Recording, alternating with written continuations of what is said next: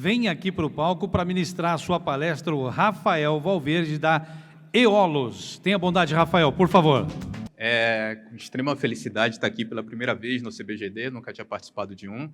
Então, agradeço muito à BGD pelo convite, agradeço ao Thiago Fraga também pelo convite, pela oportunidade de estar aqui falando com vocês.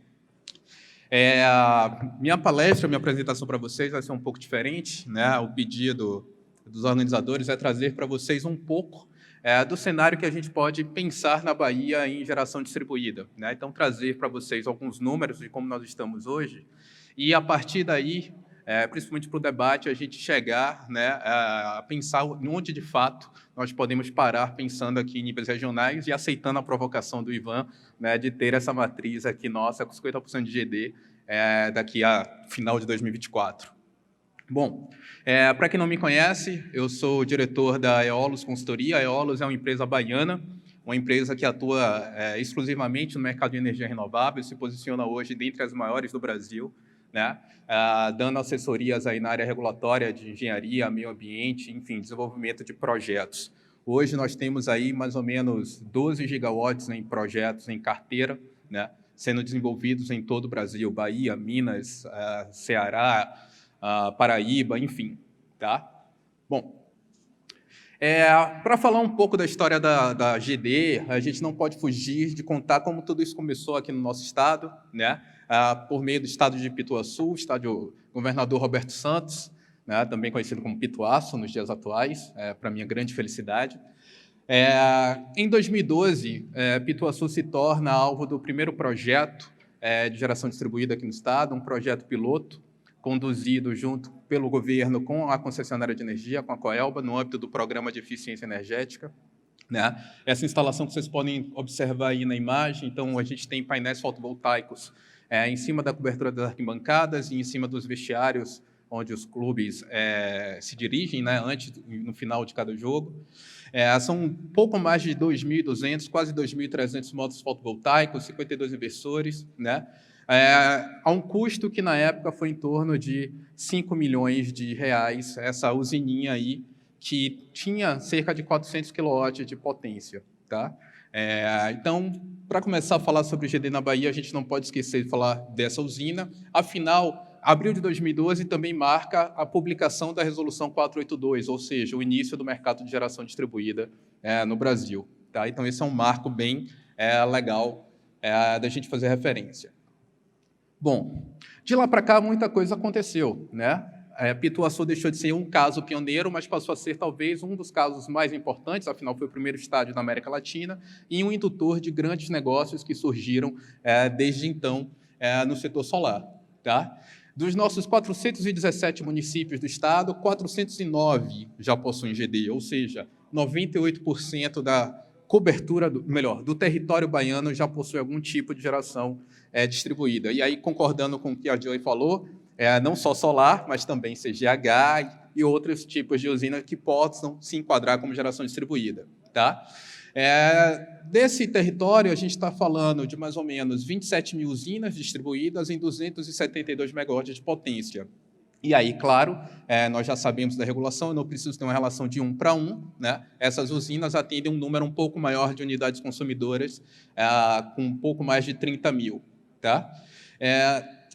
Todas essas usinas, essas 27.319, para quem não conhece, a Bahia ela possui 2 concessionárias, a gente fala somente da Coelba, mas, na verdade, 2 dos nossos municípios eles são atendidos pela Sulgip, a Companhia Sul Sergipana de Eletricidade. Então, para quem viaja pela linha verde, passa por Rio Real e por... Esqueci o nome da outra, peraí. Daqui a pouco eu lembro. Jandaíra, esses 2 municípios são atendidos pela Sulgip. Então, tirando essas 3 instalações de GD que estão nesses 2 municípios, o resto é na área de concessão da Coelba. Bom, assim como aconteceu em todo o Brasil, a escalada da GD na Bahia ela foi exponencial. Então, inicialmente, a gente pode verificar aí que até o ano de 2017, o crescimento foi bem pequeno, apesar de 2017 a gente já ter o dobro em relação a 2016, e 2016 também é um crescimento significativo, mas, efetivamente, a partir da mudança da 482, a partir da alteração do texto e inclusão das novas modalidades comerciais, incremento de potência, dentre outras coisas que incentivaram a ampliação da GD, a ampliação do mercado da GD, nós tivemos uma grande escalada, né? Saindo aí, passando em 2018 para quase 1.000 conexões, 2019 pouco mais de 4.000 conexões, 2020 9.800 conexões e 2021 11.800 conexões até o mês de outubro, tá? Então a gente ainda tem espaço aí para chegar a ultrapassar, na verdade, pouco mais de 13.000 conexões. Isso é um número muito importante, porque a gente está falando que o impacto, né, da mudança regulatória, e a gente vive hoje ainda um cenário de discussão regulatória, ele foi o principal responsável pelo crescimento da GD em nosso estado. Aquilo que a gente colocava anualmente em 2018, a gente coloca agora mensalmente em 2021. Daí, esta feira está sendo realizada na Bahia, daí todos vocês estarem aqui interessados nesse mercado e ouvir um pouco mais do que não somente nós, mas todos que estão aqui têm a dizer. Bom, abrindo um pouco mais os números aqui da Bahia, então, olha só, geração na própria unidade consumidora ainda é a grande força aqui no nosso estado, tá? 25.800 instalações daquelas 27.000 são de unidades consumidoras com geração própria, com geração da própria unidade, tá? Em termos de distribuição de classes, né? O maior consumo, a classe nossa que tem maior quantidade de projetos e também maior potência instalada é a residencial. E aí, a discussão que eu tive com o Ivan um pouco mais cedo, que provavelmente vai se refletir no debate, a importância de um município como Salvador, cuja carga residencial é extremamente elevada, trazer uma meta como essa para dentro do seu programa de governo, tá? Isso nos deixa muito alegre e contente ouvir isso do ente municipal, né? E o comercial surge também com, apesar de muito menos unidades, a gente sabe que as cargas comerciais têm uma potência muito maior, então elas têm uma relação muito próxima aí, uma com 127 megawatts instalados, o residencial, e a outra com 120, o comercial. Diferente do que acontece em outras unidades do Brasil, a classe industrial ela não é a terceira aqui na Bahia, ela é a quarta colocada, ela perde para o rural, tá? E tem a mesma característica aí do comercial, são poucos consumidores, mas com a carga expressiva. Então, são 6 megawatts para apenas 110 consumidores. Quando a gente olha para esse número de outra forma, e sim por classe de consumo, né? Então a gente tem lá o B1, B3, enfim, né? Você já conhece. Então o B1, nosso residencial, também ele fica bem destacado aí, mas o B3 comercial, que aí é o grande filé, o que todos nós procuramos, na verdade todo mundo que trabalha com GD procura, onde estaria o melhor retorno, ele de fato aparece aí como o segundo grande grupo, né, em termos de instalações aqui no nosso estado. Ainda olhando para a Bahia, num cenário nacional, a Bahia ela tem uma expressividade, mas uma expressividade que ainda é muito aquém do seu potencial. Atualmente, nós estamos em 9º lugar. Pouco mais de 2 anos atrás, a gente estava na 15ª, 16ª posição, então é uma melhora, sim, mas ainda está muito longe do estado que tem o terceiro maior número de consumidores do Brasil. Então, a gente tem um potencial ainda muito vasto para crescer.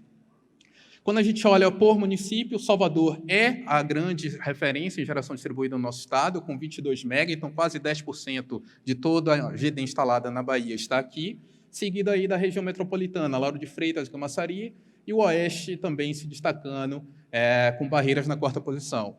A GD hoje ela é diferente da GD 2 anos atrás, quando a gente olha essa distribuição territorial, porque finalmente a GD, de fato, ela passou a ser adensada onde estão os principais polos de desenvolvimento do estado. Então, todas essas cidades que aparecem no top 10 são grandes polos industriais ou grandes aglomerações urbanas, tá?